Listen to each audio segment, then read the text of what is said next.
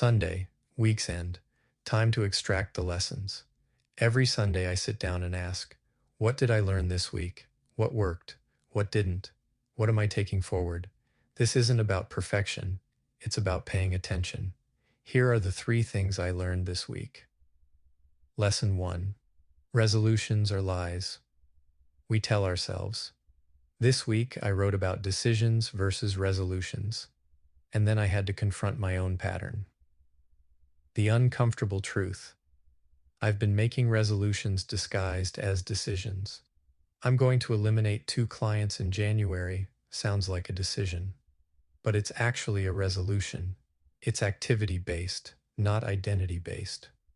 The real decision. I'm becoming someone who only works with clients who energize me. That's identity. That's transformation. The elimination is just the evidence of the decision. Why this matters. Resolutions are about doing. Decisions are about being. And being always wins. When you decide who you're becoming, the actions become inevitable. The lesson, stop making resolutions about what you'll do.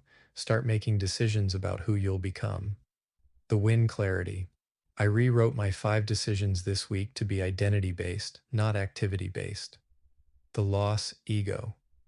It stings to realize I was still playing the resolution game while preaching decisions. Moving forward, I'm auditing every decision I made this week. If it's activity-based, I'm rewriting it to be identity-based. Lesson 2, addition is easier than subtraction, and that's the problem. I've been preaching subtraction for weeks, but this week I caught myself adding. What I added, a new content idea before finishing the current one. A potential partnership conversation before evaluating if it fits my 20%. A quick project for a friend before considering the time cost. None of these are bad, but all of them are additions. The pattern. Addition feels like progress. Subtraction feels like loss. Addition is exciting. Subtraction is uncomfortable. Addition makes you look busy. Subtraction makes you look selective. The trap.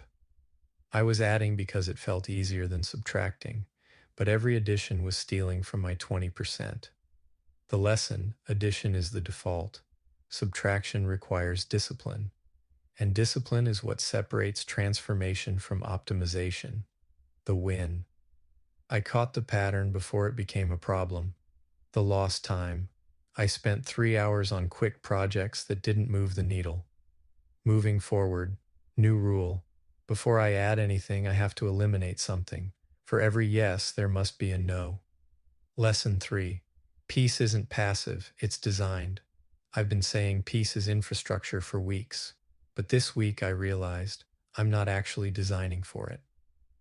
The reality check. I said no meetings after 4 p.m., but I scheduled one anyway because it was important. I said no Slack on weekends, but I checked it just in case. I said no chaos clients, but I'm still working with one because the revenue is good. The pattern, I'm treating peace as a goal, not a system. I'm hoping for peace instead of designing for it. The lesson, peace isn't something that happens to you, it's something you create, and creation requires systems, not intentions. The win, I caught myself breaking my own rules. That's awareness. The loss, integrity. I said one thing and did another. That's identity debt. Moving forward, I'm building systems around my peace boundaries. Calendar blocks after 4 p.m., no exceptions. Slack notifications off on weekends, no just checking. Client elimination timeline, January 15th deadline. Peace isn't passive, it's designed. Bonus insight, the things I'm carrying into next week. 1. Identity. Activity. Decisions are about who I'm becoming, not what I'm doing. 2. Subtraction, addition. For every yes, there must be a no. 3. Systems, intentions. Peace isn't a goal, it's infrastructure. 4. Awareness, perfection. Catching the pattern is the first step to changing it. 5. Grace, guilt. I'm not perfect, I'm progressing. The wins. Rewrote my 5 decisions to be identity-based, caught myself adding before subtracting. Identified the peace boundaries I'm breaking. Created systems to protect my peace. Published content that challenged my own thinking. Got vulnerable about my own patterns, the losses. Spent 3 hours on quick projects that didn't move the needle. Broke my own peace boundaries. Meetings after 4 p.m., Slack on weekends. Still working with one chaos client, revenue over peace. Made resolutions disguised as decisions, moving forward. This week I'm committing to rewrite all 5 decisions to be identity-based, not activity-based. 2.